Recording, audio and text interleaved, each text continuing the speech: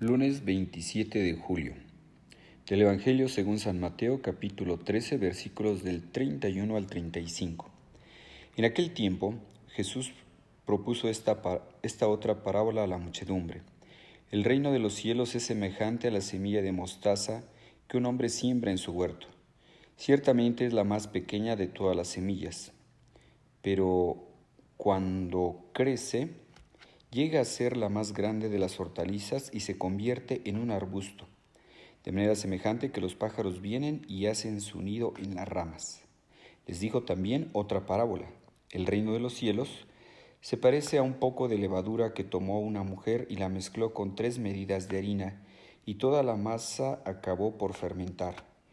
Jesús decía a la muchedumbre: todas estas cosas con parábolas, y sin parábolas no les decía nada, para que se cumpliera lo que dijo el profeta: abriré mi boca y les hablaré con parábolas, anunciaré lo que estaba oculto desde la creación del mundo.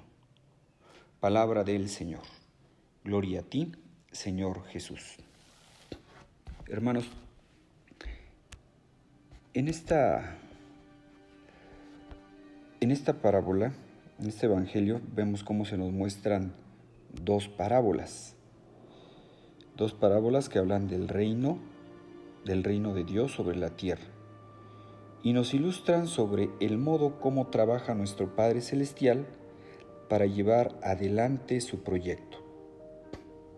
La primera parábola, que nos habla sobre la semilla de mostaza, resalta la predilección de Dios por lo pequeño, por lo humilde, por lo pobre, por aquello que no tiene importancia a los ojos humanos.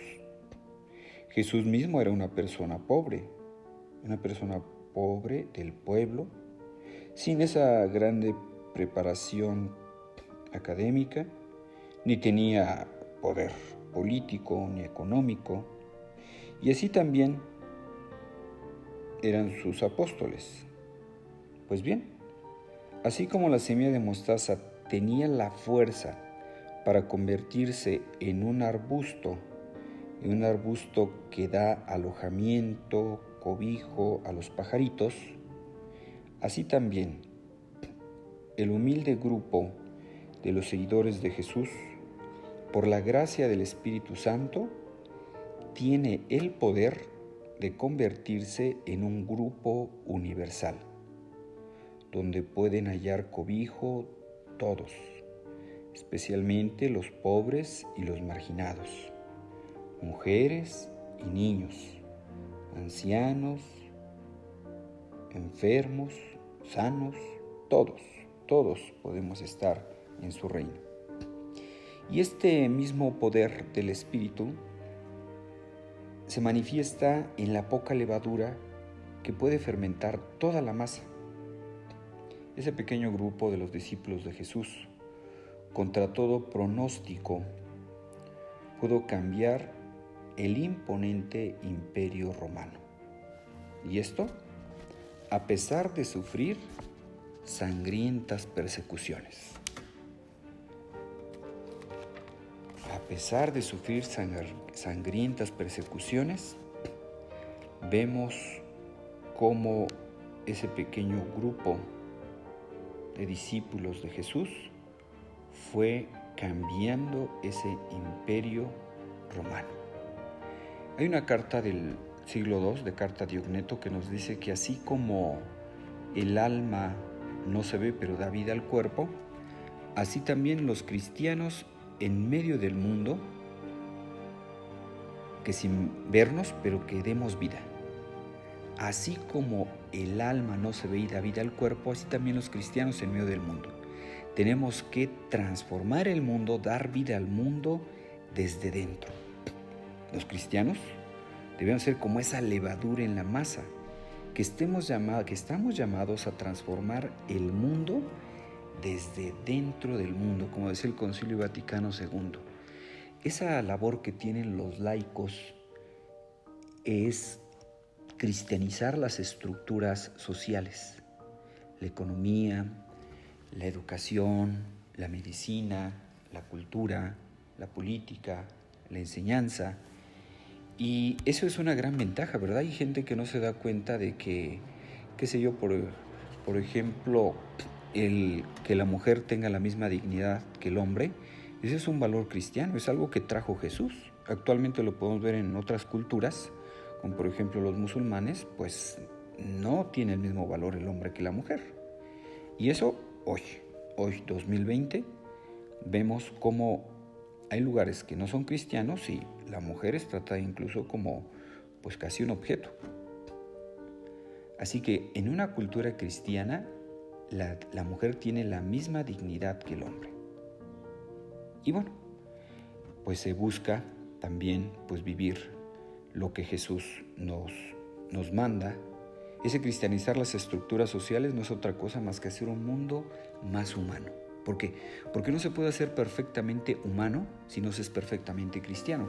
Decía también San Juan Pablo II, que decía, quien busca ser humano a lo puramente humano acaba siendo el más inhumano. Quien busca ser humano con las puras fuerzas humanas a lo meramente humano acaba siendo el más inhumano. Por eso insisto, citando al Papa San Juan Pablo, no se puede ser perfectamente humano si no se es perfectamente cristiano. Así que, hermanos, estamos llamados a que demos ejemplo con nuestra vida, que somos católicos, allí en nuestro oficio, en nuestra profesión, en nuestra vocación concreta, siendo personas muy profesionales en lo que hacemos, honradas, honestas, responsables, que se pueda confiar en nosotros, que demos esperanza, por ejemplo, en estos momentos de pandemia. Decía nuestro arzobispo, don José Antonio, que es momento de vivir y anunciar el Evangelio. Es momento de crecer en unidad, en comunión, y crecer en solidaridad, en ayuda hacia los demás. ¿Y eso qué es? Vivir el Evangelio y anunciarlo. Vivir el Evangelio y anunciarlo. ¿Anunciarlo cómo? Con nuestro buen ejemplo. Pues pidamos al Señor que seamos como esa pequeñita semilla de mostaza y como esa levadura, ¿verdad?, que va transformando el mundo, la sociedad. Empezaron muy poquitos discípulos de Jesús a seguirlo y vemos actualmente, pues ya somos casi más de 1.200 millones somos en el mundo, y todo empezó con un pequeño grupito. Pues pidámosle al Señor que no nos dé pena de manifestar nuestra fe a través de nuestro testimonio de vida. Como decía el apóstol Santiago, muéstrame tu fe sin obras, que yo con obras te mostraré mi fe. Pues les deseo, hermanos, que tengan un feliz inicio de semana. Feliz lunes. Que Dios los bendiga.